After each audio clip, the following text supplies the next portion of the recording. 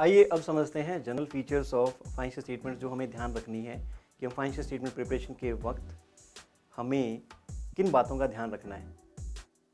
हमें true and fair presentation का ध्यान रखना है और हमारी हर अकाउंटिंग पॉलिसी कंप्लाइंट हो इंडियाज़ के फ्रेमवर्क से, इंडियाज़ की पॉलिसी से। हमें अपनी फाइनेंशियल स्टेटमेंट्स दो अजम्पशंस पे प्रिपेयर करनी है, गोइंग कंसर्न बेसिस और accrual basis of accounting. Accounting में ऑफसेटिंग अलाउड नहीं है। हमें कंसिस्टेंसी मेंटेन करनी होती है कि हम जो अकाउंटिंग पॉलिसी यूज़ कर रहे हैं वही यूज़ करते रहें। अगर कोई बदलाव है तो हमें प्रूव करना होगा कि कैसे वो बदलाव आया, और या कोई नया स्टैंडर्ड इशू है तब हमने ये चेंज किया।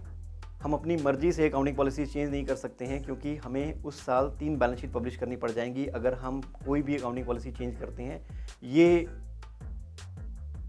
जानबूझकर भी रखा गया होगा ताकि हम कंसिस्टेंसी मेंटेन करें।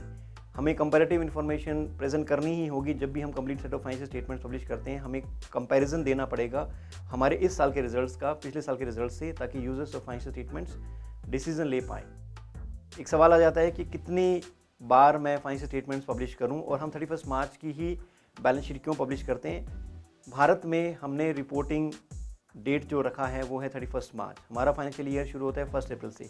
कई देशों में 31 दिसंबर को ख़त्म होता है, कई देशों में 30 सितंबर को ख़त्म होता है, कई देशों में 30 जून को ख़त्म होता है, तो उनका ईयर एंड वो माना जाएगा। हमारे यहाँ हम फाइनेंशियल स्टेटमेंट प्रेजेंट कर रहे हैं 1 अप्रैल से लेकर 31 मार्च तक, तो हमें एनुअल फाइनेंशियल स्टेटमेंट्स पब्लिश करनी होती है, और हमारे यहाँ इंटरिम रिपोर्टिंग की भी रिक्वायरमेंट है।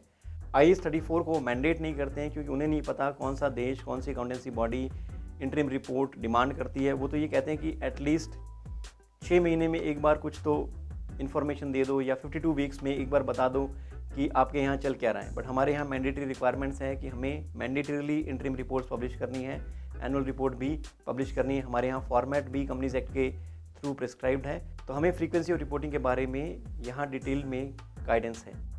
हम कुछ ऐसे आइटम्स जो इंडिविजुअली इमैटेरियल हैं बट कलेक्टिवली मटेरियल हो जाते हैं, उनको एग्रीगेट कर सकते हैं। इन सब के बारे में एक एक करके समझते हैं।